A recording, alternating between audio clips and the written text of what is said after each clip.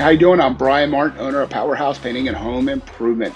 I wanted to talk about wood versus PVC. And a lot of people have heard about it. Some people haven't seen it. So I just want to show you kind of what it looks like and how similar it is to wood. So you're wondering, what's the difference? So wood versus PVC. PVC is approximately double the cost, but it will never rot. So our opinion is to almost 90% of the time, always use PVC materials when you are replacing your rotten wood. When does it not make sense? If you are planning on selling your house, leaving your house in a year or so, then no, it may not be worth the investment.